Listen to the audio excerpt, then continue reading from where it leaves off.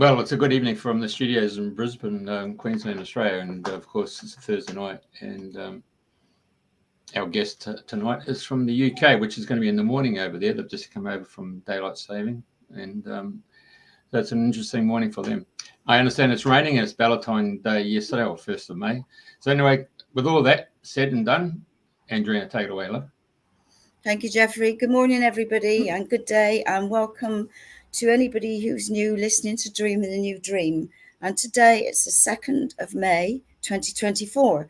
And happy Beltane to all the people in the northern side of the world. Glastonbury was absolutely chock-a-block and full yesterday with maidens and green men and goddesses and all sorts of wonderful things going on. Anyway, without further ado, it is my great pleasure to have Mr. Richard Vobes on the show. Welcome, Richard. It's lovely to have you as our guest today.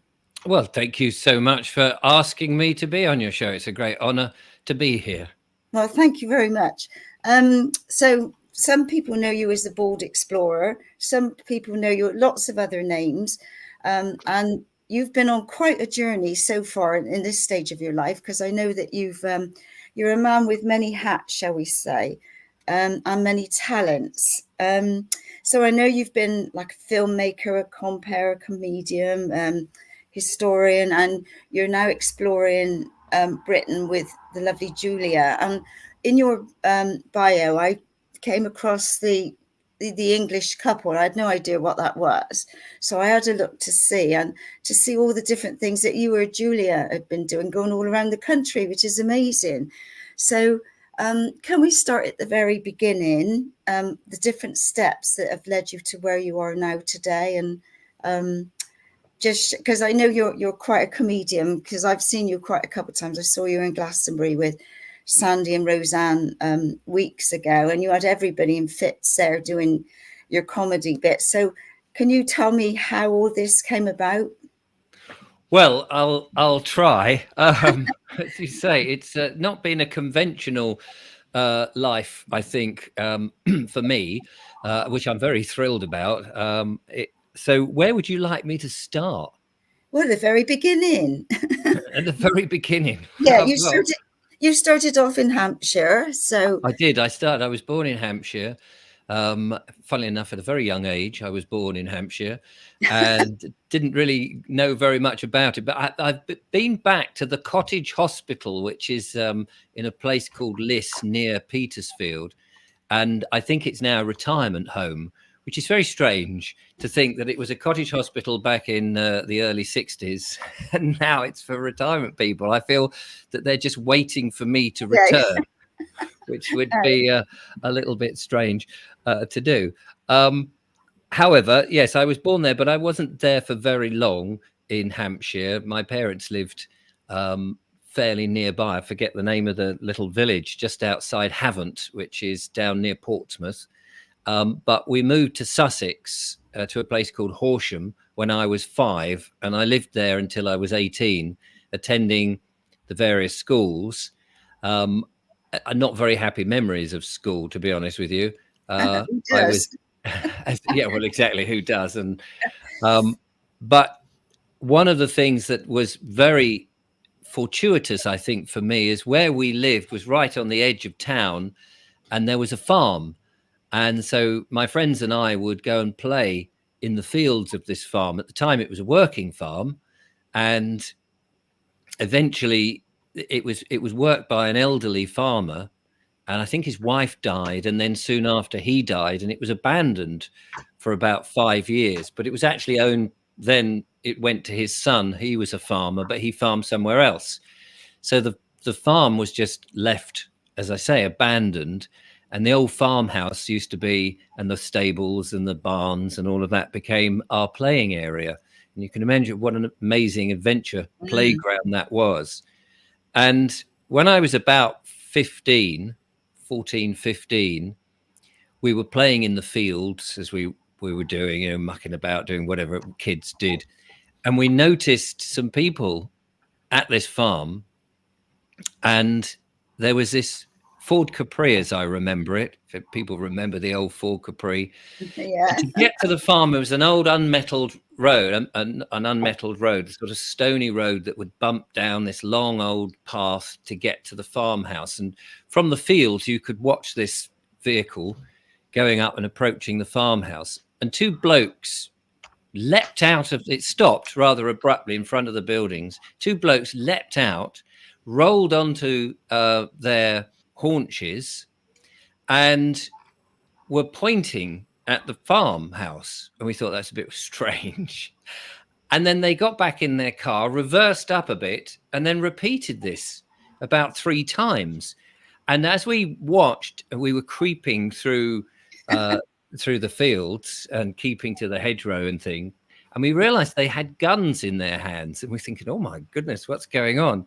But then we noticed they were pointing these guns at these guys who had a camera.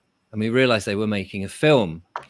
And so very surreptitiously, we crept even closer to spy on them to see what this was all about. Well, it turned out it was a bunch of people who were making a promotional film about their stunt abilities. So they were stuntmen.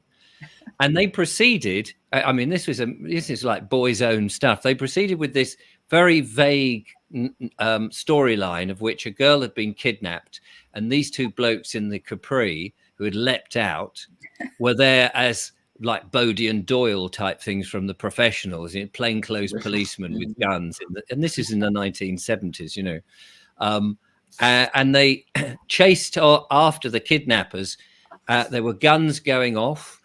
They clambered up onto the roof. One of them was shot and fell through a veranda and crashed down. Another one of the bad guys was shot as he was climbing along the rooftop of the farm and rolled off and hit the ground. And then eventually the girl was ushered into this upper floor of a brick barn, which was set on fire. And the rescuers had to go in and got hold of her, and she came out with her back on fire. And anyway, they rescued her. But this was all in stages, but that was the sort of bit. So we watched them set up all these different things with cardboard boxes and mattresses on the top, so that when they were doing these stunts, falling off the rooftop, they would fall and land. And of course, you didn't see that bit on the camera. And we were just absolutely mesmerized. And eventually, you know, we were there standing by them watching, and they were telling us what they were doing. And that was the beginning, really, for me, at that early impressionable age of what am I going to do? I thought, this is what I've got to do. I've got to either be an actor or I've got to be a filmmaker, because it just seemed the most enjoyable thing that had ever happened to me. And whilst I can't say that I ever ended up in Hollywood making action films, which these days now I look back and think, well, perhaps that's a good idea. It certainly proved inspiration, and changed how I thought about school, about the sort of things I wanted to do, and all of that. So yeah, that was pivotal, I think, to the journey that I have been on since. And I can see we're looking at the old Capri car there. I think the one we looked at was a classic grey one that people would drive around. It's very strange to see them now, because they do look very vintage. Well, it's interesting that experience arrived on your doorstep, so to speak. Yeah, quite literally on the door. It was right at the back of the house, and unexpected too. But the farm was it was a fascinating place, because we also found, and sometimes trying to put these things into order, into a chronological order, isn't easy. But we found 2 other interesting things, not that really related to where I am now, but one was the derelict farmhouse had a little back toilet, a sort of brick toilet on the back, and the house was empty and falling to bits and what have you, water coming through the roof, and all the furniture gone and the windows broken. But in this toilet area at the back was this tiny, well, I imagine it must have been like a tin, cocoa tin or something like that. And we stumbled in it one day, and we were rummaging around, as you do, nosy kids.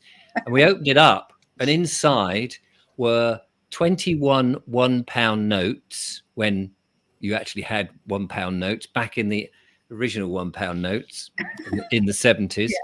And I think 4 10-shilling notes. And my goodness, we thought we were millionaires. I We bet. found this. I ran back to my dad and said, "Look what we found. What should we do with it?" And he was sort of going, "Well, let's have a look there." He said, "Well, I'll take the odd pound. You can have £10 each, and keep the 2 10-shilling notes each, but keep them in a safe place." It must have been after that. It was after we'd gone from imperial to decimalisation. Yeah, so we could still spend the £1 notes, but we couldn't spend the 10 shillings. I imagine you could take it to the bank and get them changed, but we just kept them. And I regret now that I no longer have them. Yeah, I bet. I mean, we didn't spend them. I just kept them. But in moving about and what have you, I think wherever it was, I had them in. It's now long gone.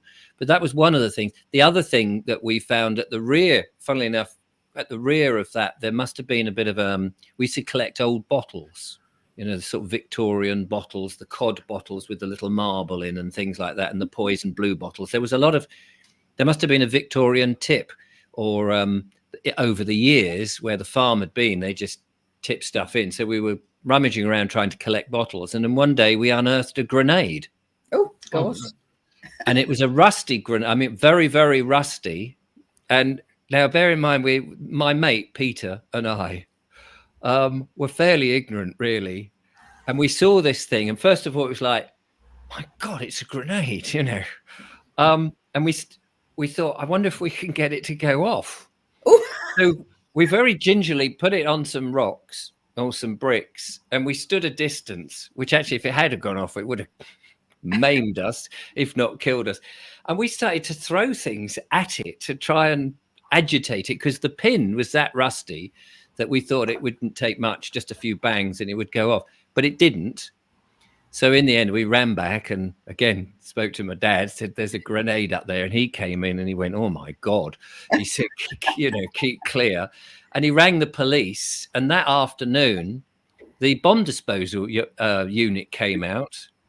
And I think actually, in retrospect, they blew it up. They got us back and they blew it up with some plastic explosives. But I think it was probably quite safe. I think they could probably have just taken it away. But for the fun of it, to show us how dangerous it was, and probably for them to have a bit of fun, it was on farmland. There was no one to clear away. They just blew it up. and we watched it. And it wasn't as impressive when they blew it up as I thought it might. I thought it was going to be a massive, like a nuclear explosion. But it was just a sort of a loud bang. So, the farm was a great place for young boys to enjoy. Absolutely. Definitely. But now, unfortunately, when I was 18 and I'd left home, it was just at the beginning where this was beginning to be developed. And now it's one of these god-awful modern housing developments with no life in it. And, well, there's people in it, but it's... we know what you mean. You know what I mean? It's sort of horrible things. And it's a shame, because I subsequently went back and made a video called "They Stole My Childhood," because by building on that whole area, it's completely unrecognizable now for what it was. And I was trying to work out that the farmhouse was here and the barn that we made as a camp was over there, because these are people's houses and what have you. There was this old orchard that we used to play in, and that of course is all built on, but there was a pond, and the pond is still there, albeit surrounded by new builds, and it was quite amazing really to see that one bit of my heritage still there, although but I did feel the soul had been ripped out of the land. We used to find because it was a farmland for some generations, hundreds of years, we used to find old clay pipes from when the the men would be ploughing the fields with horse and plough, and we'd find these old clay pipes. So that the clay bowl, you would often find many of the stems, because that's what would happen. These old clay pipes, they would break, but we would find some with motifs on them, like Indian chiefs' heads on these things, or very often just sort of very plain. But they were littered with these things. So, you know, anybody living in that area and digging in their garden may well be finding these old clay pipes that got buried over the centuries. It's such a shame. And I regret that very much, because farmland to me, of course, is very important. For now more than ever, eh? And absolutely, yeah, definitely. So yes, they were. Yeah, I've been watching that. I've been watching that Jeremy Clarkson's farm, and he really shown it to the people of England, of Britain, what is the best thing that's ever happened to get people fully aware of the consciousness of having of farm belts and farmers. Absolutely, yes. I mean, Jeremy Clarkson is a Marmite character. Some people like him, some people hate him. However, the Clarkson Farm series, and I think they're about to release the third series anytime soon, has done a huge amount for farming, even though it is a bit over the top, and to a certain degree, elements of the program have been devised to be problematic, so that there are conflicts within that. He is highlighting the problems that farmers go through in order to bring food to the table, and I think that is a good. There have been plenty of what you might call just everyday farming programs, but it doesn't necessarily bring people's attention to it. Sometimes you have to be a bit over the top with a massive tractor and sheep jumping over the hedges and running around and running amok. But I think in series 2, he really highlighted how the council and the red tape were prohibiting him doing stuff which seemed to be the benefit of the local people and food production in and of itself. So I totally agree. So I am looking forward to the next one to see what nonsense he gets up to next. Yeah, that's good, bud. Yeah. Right. So moving on.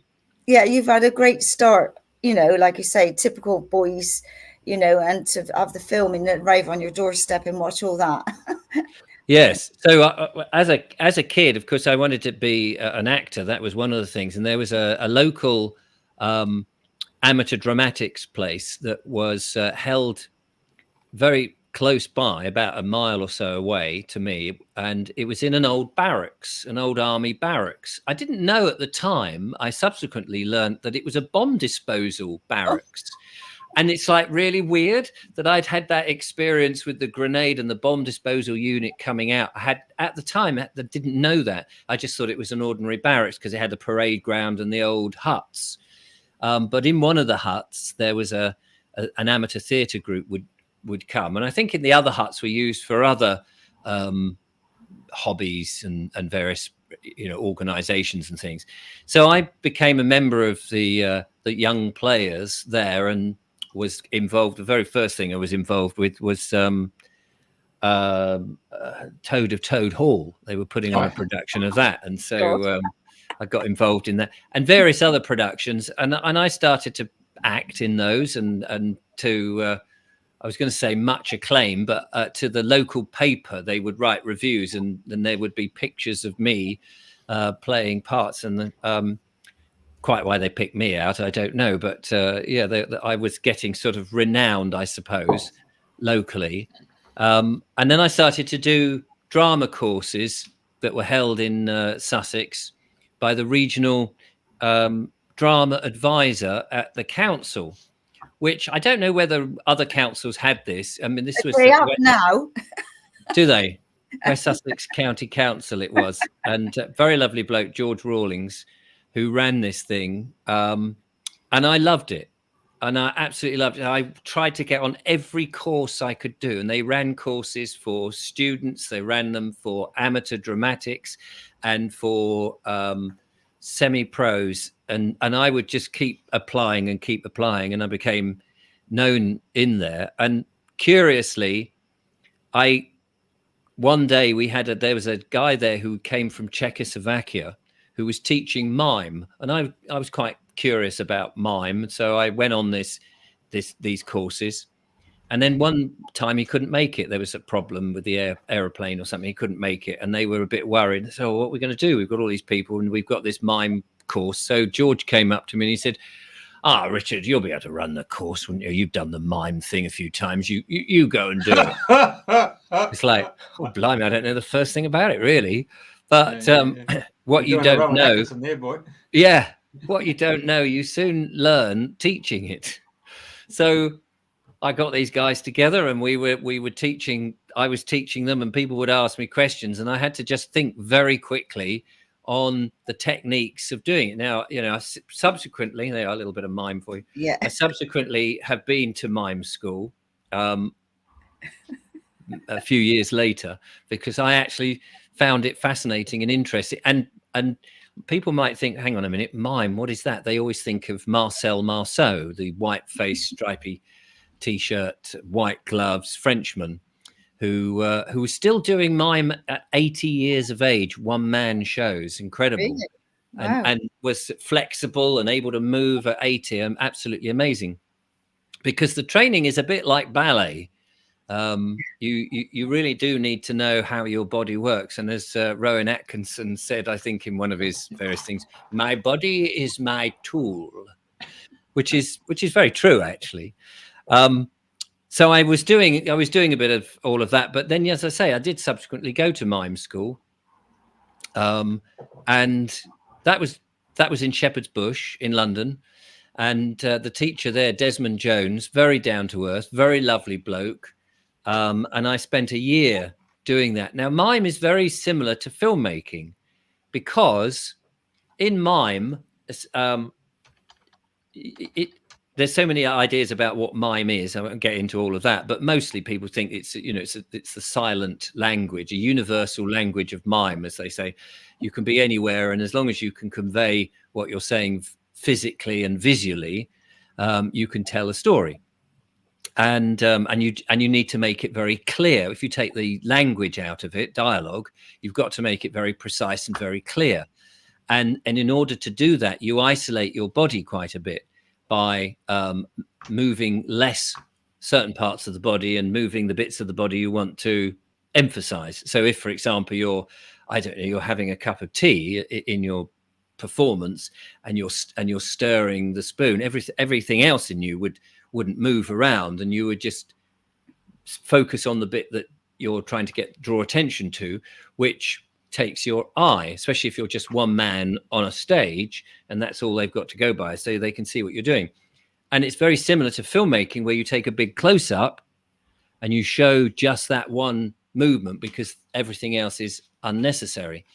So I learned a lot about filmmaking, funnily enough, from doing mime. And at the same time, because I had that experience with these people doing their stunt film, my friend and I, once they had left, and before I went to mime school, I'd borrowed my dad's SLR camera, film camera, snap camera, just 36 or 24 exposure camera.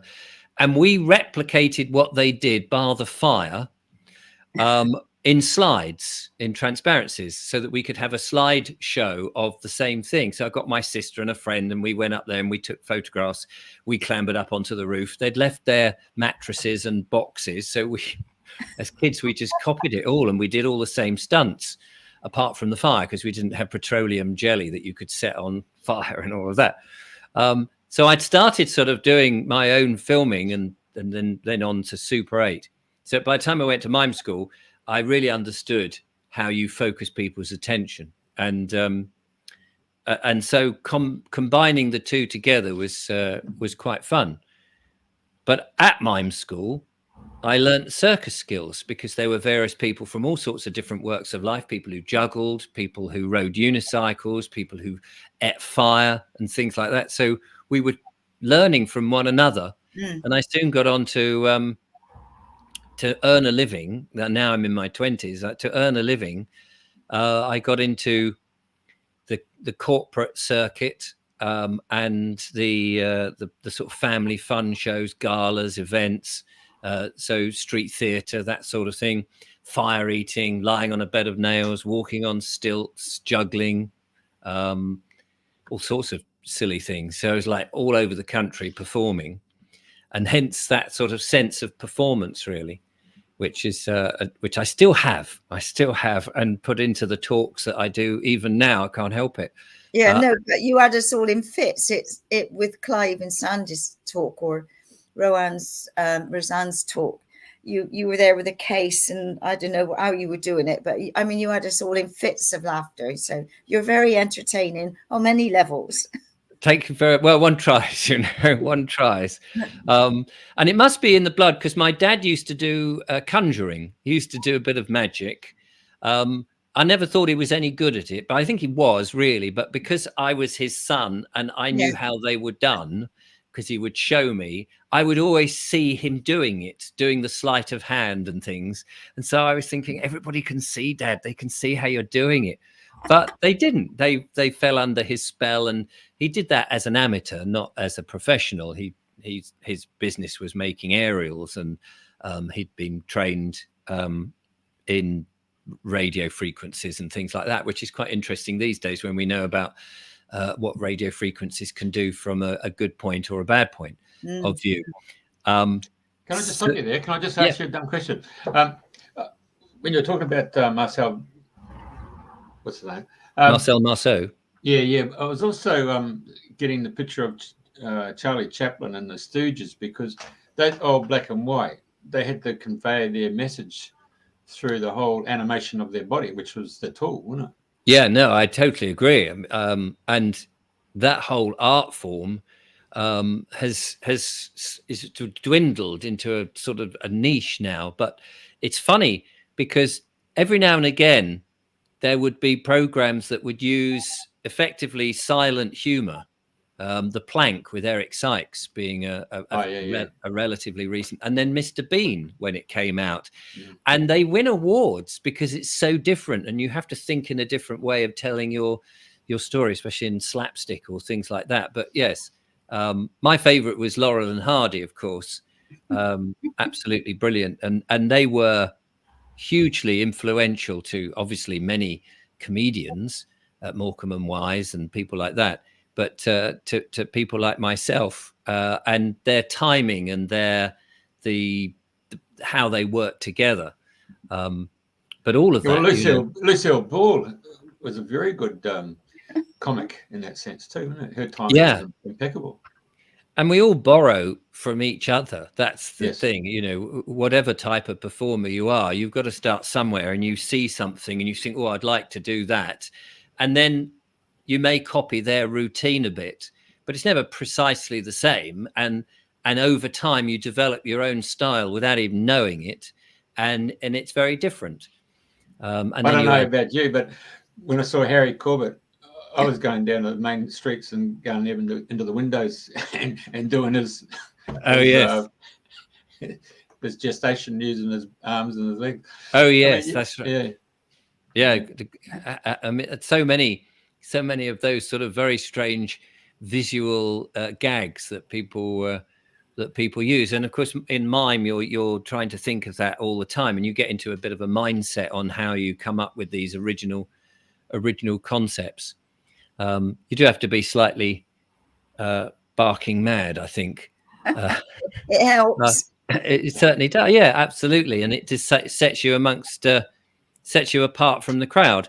And as a performer, that's you need to be able to be set against the crowd, because people are looking at you, and there does seem to be a certain amount of ego involved, but there's a level where it becomes bad for you. Let's say, we know that ego is not a good thing, but in a professional way, if you're just too dull and boring and what have you, no one's going to take any notice, because you've got to be entertaining. That's the whole point of it.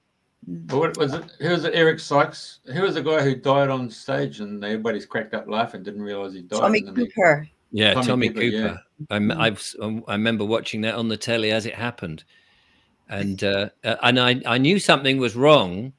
And then in the roll call at the end, when everybody came on, he was missing because he'd been taken to hospital, but later pronounced dead. So that was very sad. But if you're going to go, and you're a performer, then why not in the middle of a trick? That was the thing. In the middle of the trick, down he went.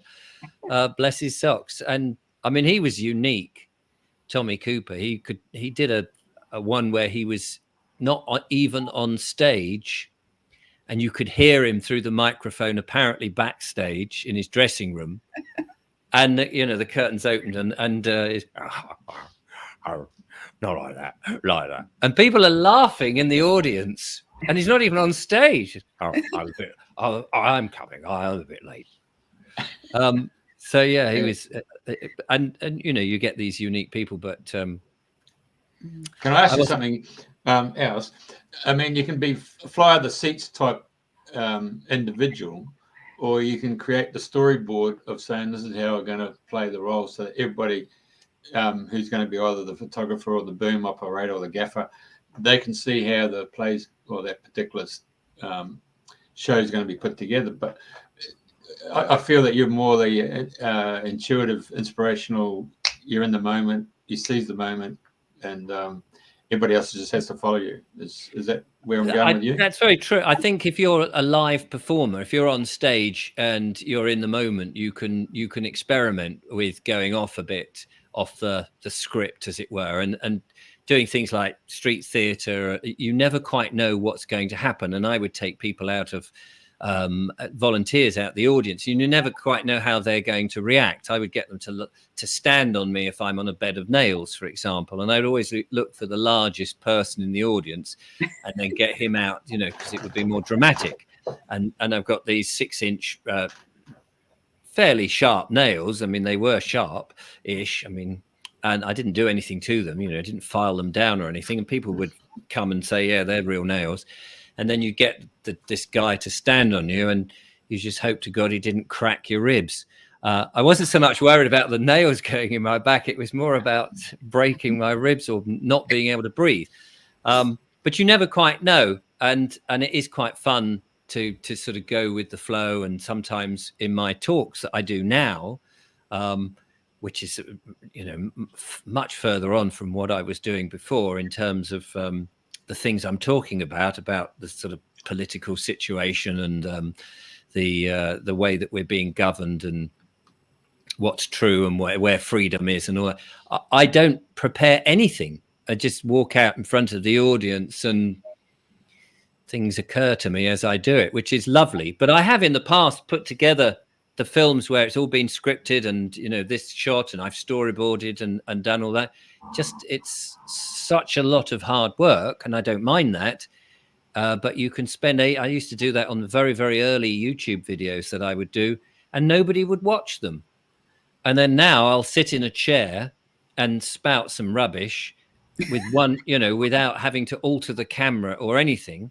And people watch in their thousands, which I'm, very pleased about. But there's that sort of sense that I would love them to have watched the early work where I really put sweat and tears into it. But nobody was the slightest interest. So, that sometimes it's very strange how fate dishes things up. Definitely. Because if we go back to your shows, I was just wondering, because I mean, sometimes you do 2 a day. I mean, you've usually got one every day, and I know it pops up. I mean, it all credit to you. I only watch little bits. For me, all of this stuff on the internet is too much, and that's just the way I am. But how far advanced do you book people, and are you getting invitations all over the place to interview people? And how do you fine tune all of this, what you're doing? Because I know sometimes when people ask questions or they say things and you think, oh my God. But, you know, you have to sit there and nod away and keep smiling, don't you? Oh, yeah. Well, I am the nodding dog, you know. So you do an hour's interview. I have to say that everybody on the show, I mean, apart from a couple of people, and I haven't put those, everything's pre-recorded. So Yeah. I haven't put the ones that were really, I was going to say, yeah, atrocious. I think that's the best word. I did have a gentleman once who said he was going to tell me a lot of very interesting things about money, money creation and all this sort of stuff. And then, but when it came to it, he hadn't the first idea. And I said to him, you know, why do you suppose people are using money, cash at the moment, knowing that there are threats to cash and the movement to electronic cash, CBDCs and things. And he said, oh, I just think it's a fashion at the moment. I just think it's a fashion. It's a fad. And I realized straight away that he had no knowledge what he was talking about. And then another thing he'd said was that he'd been arrested during one of the protests during the COVID lockdowns. And he'd gone out to protest with a bunch of other people. And I thought, oh, well, that sounds juicy. Let's get into that. And I said, tell me about this being arrested then during the protest. And he said, well, it was right at the end and we'd finished the protest and these policemen came up and I walked over to my bicycle and this policeman told me to hurry up and go home. And I said, yeah. And then what happened? He said, well, I got on my bike and I went home. And I said, hang on a minute. I thought you said you got arrested. He said, well, it felt like I'd got arrested. It felt like it. I said, oh, so you weren't slammed into the back of a Black Maria and taken down to the station and stood in a cell for 24 hours. Oh, God, no, nothing like that. So I thought this can't go out because it would make him look very weak. Yeah. And it would, you know, it wouldn't do him any favors. And of course, it'd make the show look a bit silly that I was interviewing, you know, bless him. I just had to say to him after, so thanks ever so much. That's very kind of, I'll let you know. And then the next day I said, I don't think we'd be putting that out. And he was, oh, okay, fair enough.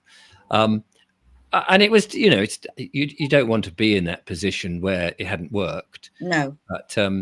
But mostly, as you say, yes, I book people it's usually about a month in advance. It just filled up these interviews that I do on YouTube.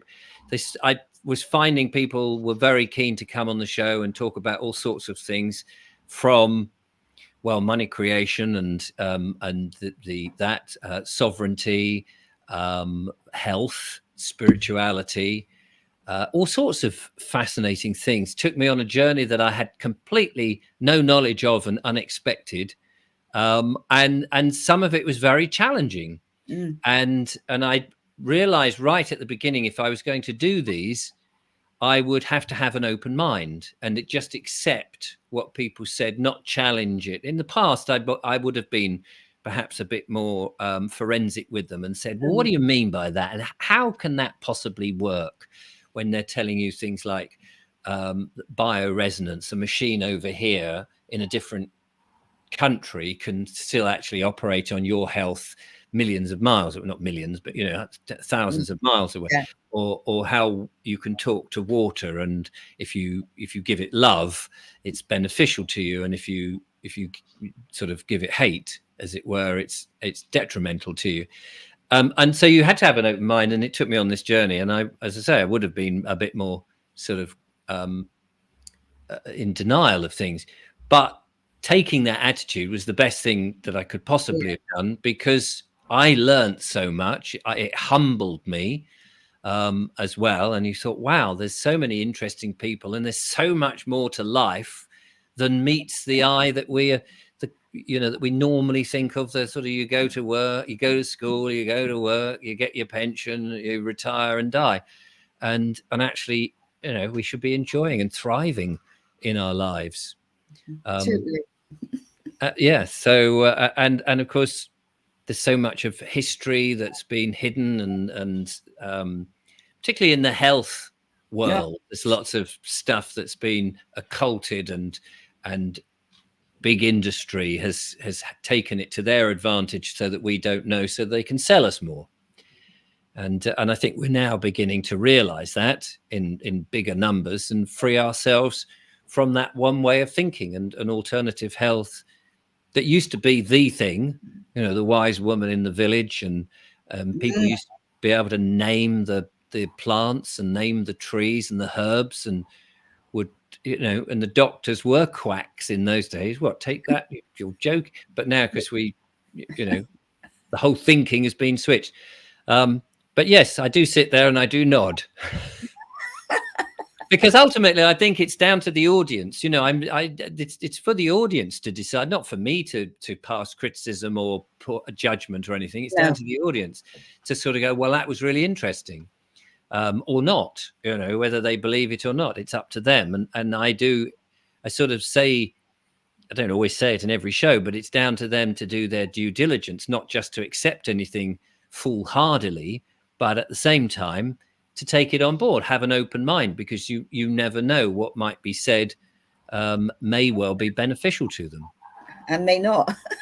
And of course may not. But we have been, our minds are closed to most things which we don't understand, and that's been detrimental to us in many ways, because I think we've ignored so many good things and not realized it, because we've given away our responsibility to all these bodies, these wonderful, kind, benevolent governments and their various quangos who say, well, don't worry, we'll do that for you, we'll look after that for you. And in the end, we've become a bit impotent. We don't know how to do things. You can barely stand on our own 2 feet anymore without somebody saying, oh, here's a crutch for you. Oh, thanks very much, that's very kind. I couldn't possibly survive without it. When of course we can, because we're incredible people with so much potential, but the system has kept us in our place. Not for much longer, eh? You guys in England, you had a guy called David Frost, and then you had Michael Parkinson, and both those individuals really knew their craft. Particularly, I like Michael in his way. He had a clipboard and you could see he had his questions there, but once he fired off his first question, I'd see that clipboard be placed to one side, and he was just ingrained with the conversation, because he knew that as he was listening, the next question was formulating, and it took you on a journey. It was very good. Yes. I remember all these old David Frost, hello, good evening, and welcome, as he used to say. It's quite aggressive. He got right into the meat of the what's name, and then I see how you've gone onto your travels, and then you're a bit more like Alan Whitaker. Is it Whitaker? Oh yes, Alan Whitaker had that very long microphone, didn't he? And those big thick glasses, and he would on Wicker's World. Wicker's World, that's it. Yeah, Wicker's World. I can't really do an impression of. I can hear his voice. Alan Whicker. But yes, some are more easier to do. But yes, he very much an explorative sort of figure in a nice suit, in a black suit, which was very formal. And there he'd be in, I don't know, some Indian tribe somewhere in a black suit. It's so incongruous and so English, but I love that. I do love that sort of sense that, because you get some presenters, and Michael Palin, of course, would sort of dress in the same garb as the places he'd going to a certain degree. But I love the fact that, somebody in a suit. I wanted to make a film, and I haven't made it, but I would love to have made one of these long pilgrimage type films on these walks that we get here. So there's one near me called the South Downs Way, but there's much longer ones. The what's the one in Spain where you go across the mountain range? Santiago, whatever it's called. Starts with C. Astilla. Cosmo. Gizmo. Yes. Cosmo. And then there's the Appalachian, the Appalachian Mountains. Well, I would love to do all of those. Camino. That's right. The Camino, the one in Spain. My sister did it. But I would love to do that in a bowler hat and a 3-piece suit and an umbrella and patent leather shoes. See how far I can get. Maybe Patrick. What's his name? Patrick Nee. Patrick McNee from the Avengers. Yeah, Avengers. Yeah. Steed. Yeah, I'd love to do it. In a completely incongruous outfit, inappropriate, and just see how far you could get before you're ripped to shreds, or it's just dusty and has fallen to bits, you know. But what a great image that would be, traveling. I say, oh, chaps, view out here is rather spiffing, isn't it? Don't you think? Absolute shower. Yeah, but what we don't see is we see a tube that goes to a refrigeration. So underneath you've got a bloody refrigerator suit. Oh yes, cool. I think a nice ice cold Pimm's would be appropriate at this moment. Thank you so much. It'd be rather jolly, but yes, not made that yet. That's in the bag. It's one of those one-day films. Right, can we? Is there any of your shows that have really touched you on a deep level that you didn't expect? Oh, now there's a question for me. Let me think about that. Well, certainly, I think things about who you are as a person in terms of the legal concept of who you are, the name, the legal fiction. You know, for example, when you say to people, when are you born? And they sort of name the day, and you say, well, how do you know that? You only know that because your mum and dad told you, and that's hearsay. You can't prove it legally. You can't prove it. So how do you know you were born on that day? Even though you were there, you're only two witnesses, really, your mum and dad, and maybe the midwife. And then they've given you a name, but it's and I find that concept fascinating. They've given you a name, but that you didn't have it when you were born. You didn't come out with a name scrolled on you. I'm Richard Vobes. Thanks very much. Nice to see you, everybody. You know, this is something that you're called. So the name isn't you. And I think this concept is fascinating because most people will answer to a name that they've lived with all their life and they haven't thought about it. But clearly, it's just a label that's useful to get your attention or to identify you. But it isn't you, but people see it as themselves. So I think that thought process of realizing, oh, but if that's not me, then what is? You know, and the sort of spiritual aspect of it comes out. So that, I think, learning about that was a big surprise. The whole spiritual journey of understanding, again, I mean, that sort of led into that for me, of learning, well, who are you then? And what are you? And what is this aging flesh and blood that you carry around with you? And all of that. So that's been interesting. Some of the health stuff has been fascinating. Money creation. I think that's something that everybody needs to understand, that when you go into a bank or a building society and you say, I'd like to buy a house, and they say, oh yeah, no problem, I've got this is the house, it's 300,000, whatever it is, and they say, yeah, no problem, okay, we'll have a look at your background and see if we can rely on you to do the repayments and what have you, and you do all that, and they say, right, okay, here's the agreement. And then the moment you sign that agreement in and of itself is the £300,000 or whatever it is agreed. That's it. And you put that, they take it, put it into their vault, and they add the 300,000 noughts to your bank account, and then they ask you to pay them another £300,000 over 20, 25 years with interest. And it's the biggest scam going, because your signature, or rather your autograph on there, has created the money. And so they're not lending you anything. So that, to me, has been fascinating. The whole money creation and promissory notes, you know, the notes that we have in our pocket that we hand over, and it says on there, they're from the Bank of England. And then you learn that the Bank of England is not really a bank, and it's nothing to do with England. It's a company, a separate company from the government. And you, hello, what's going on here then? And we're buying all this stuff. And it says, I promise to pay, but nobody actually pays. They say, oh, I promise to pay with this IOU. But no one says, well, go on then, pay. Well, what will I pay with? I mean, I think it's hilarious. And we're all using these notes. And of course, now I've discovered that we can make up our own. I can be the Bank of Vobes and issue my own IOUs. It's whether anybody actually takes them or not is another thing, of course. Yeah, of course. But they can be securitized and turned into money. The whole system is, I mean, it's just, everything is so mind-boggling. So like Monopoly. Like Monopoly.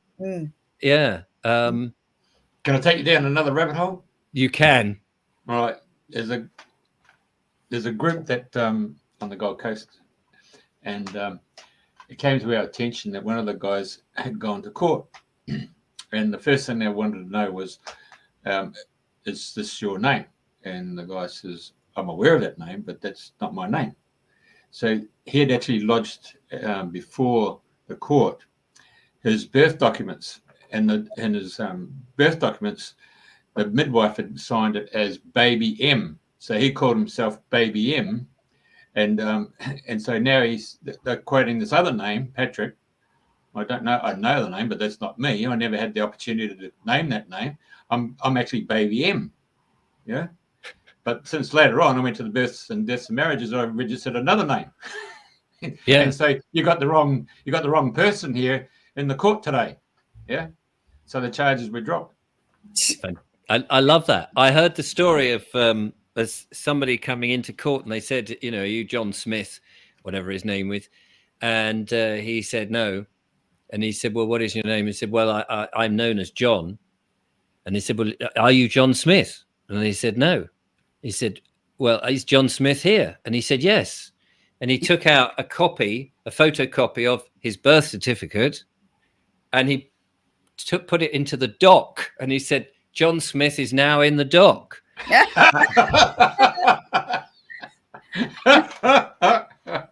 And said, he's there, but I'm still known as John. And it didn't like that. No, I bet. There was a bit of a ruckus. I don't know what happened afterwards, but I just thought that was hilarious. There, yeah. Of course, Baby M stands for the baby, and M stands for male. You know. Anyway. Right. Yeah. So just a male baby. Fantastic. Yeah. Straight out of Clarkson's farm. Yeah, that's right. Another lamb. And this is my wife, Baby F. Yeah. Yeah, interesting. Oh, bloody hell. Yeah. Carry on. Sorry. Right, I know we're coming nearest to the end. Can you quickly say about you and Julia, and you're doing these travels? What was it, the English couple? I mean, I only saw it briefly yesterday or the day before, and it looks like you're having quite an adventure going around on the farms and different things. So can you share about that, how that came about? Of course, yes, absolutely. As you said at the beginning, some people know me as the Bald Explorer, and the Bald Explorer came about because on YouTube I was initially on my own exploring heritage, landscape and nature on YouTube, doing videos and visiting churches, heritage sites, and looking at nature as like at this time of year. I'll be looking at the buds on the trees and learning about the trees and the plants that are coming up, and going to different parts of the country. And I met Julia, and we started to do stuff together, and I brought her in on the channel, but it was still the Bald Explorer, and we would go off and do a bit of van life videos and things like that. But then as I started to talk about the things I now talk about on the sovereignty and the truth and health and all those sort of issues, and with the interviews, it was just me. And Julia said, oh, I've been elbowed out, haven't I? And I said, well, not intentionally. I said, let's set up another channel that is exclusively about us, and when we go traveling about, we'll record our adventures. So that became the English couple, and so that's what we do. And on the back of some of the venues that we go, that Julia comes with me and supports everything I do. She's absolutely brilliant, and I love her to bits. But when we go to some of the talks, like in Glastonbury and places like that, we'll go and try and do an English couple as a completely separate thing, not talking about the politics and the truth stuff, and just having fun. So we had to go to Buxton fairly recently, and I was booked to do a talk. So we had a walk around Buxton looking at this ancient spa town, and we took the waters, which comes out of the ground, and it's warm. The water comes out warm because it comes from deep down and up, whereas some other spring water is nearer the surface and is therefore cooler. But this is sort of, I don't know, it's like 15 to nearly 20 degrees centigrade. It's quite amazing. So it came out. So anyway, we film these things and talk about our adventures. And sometimes you see us. We were on a farm recently learning how to milk cows, which was great fun. I bet. And the cows were very welcoming. I was rubbish at the actual milking bit. Julia was really, really good at that.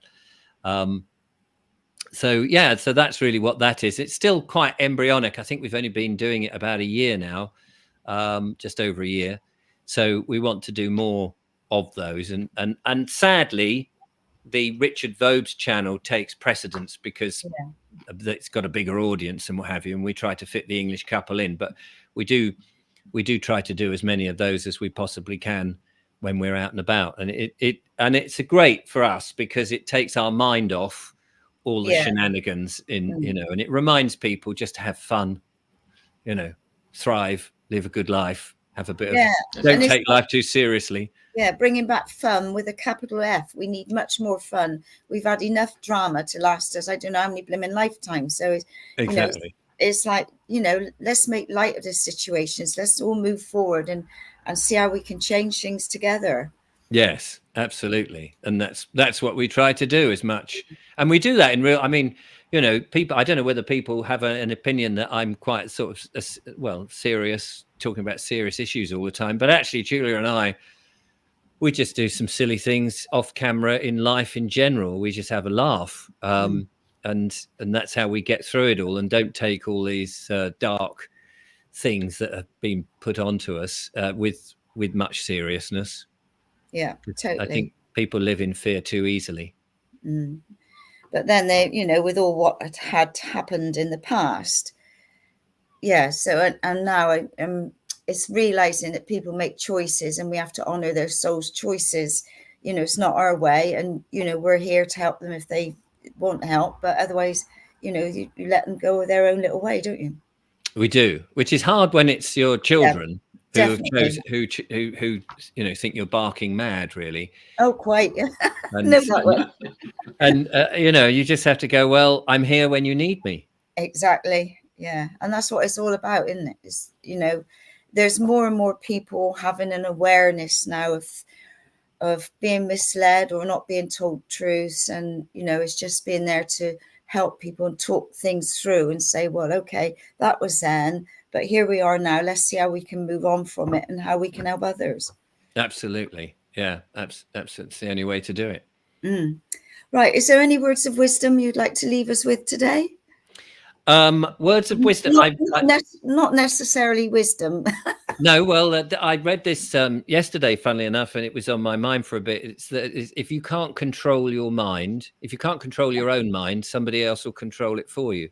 And I think that's so true that we need to just, not rely on everybody else, take back control of our worlds and our thinking, because we're being influenced all the time by adverts, by radio, by media, by billboards, by government, by narratives. And I think sometimes we just need to withdraw and spend more time thinking for ourselves. So that would be my words of wisdom, put on the spot, as it were. No, with you every step of the way. So, well, I'm going to be following your adventures because I thought that looks like a lot of fun. And like I say, we need much more fun. So thank you for bringing fun and laughter and all what you do and what you're doing. Do you see yourself doing your shows for a lot longer, or are you just going with the flow and seeing how it? I think that, I do love making the videos on all the fun videos. The interviews and stuff, I think, will slowly come to an end. I think we're going to, we want to get some land and we want to grow. So I want to inspire people to get back to sort of very basic, simple life, things that are actually important, and move away from the sort of the corporate world. That would be what I'm looking to try and do. So to chart that in a much more fun way and to give people a laugh, I think that's really, part of my purpose here, as much as possible. Well, you've certainly given us a laugh. So thank you for being our guest this week. You've been an absolute delight. It's been lovely talking with you, and give our love to Julia. I certainly will. And thank you so much for asking me to be on the show. No, it was our pleasure. Yeah, it's great. Okay, well, thank you everybody for listening, and same time, same place next week. Okay.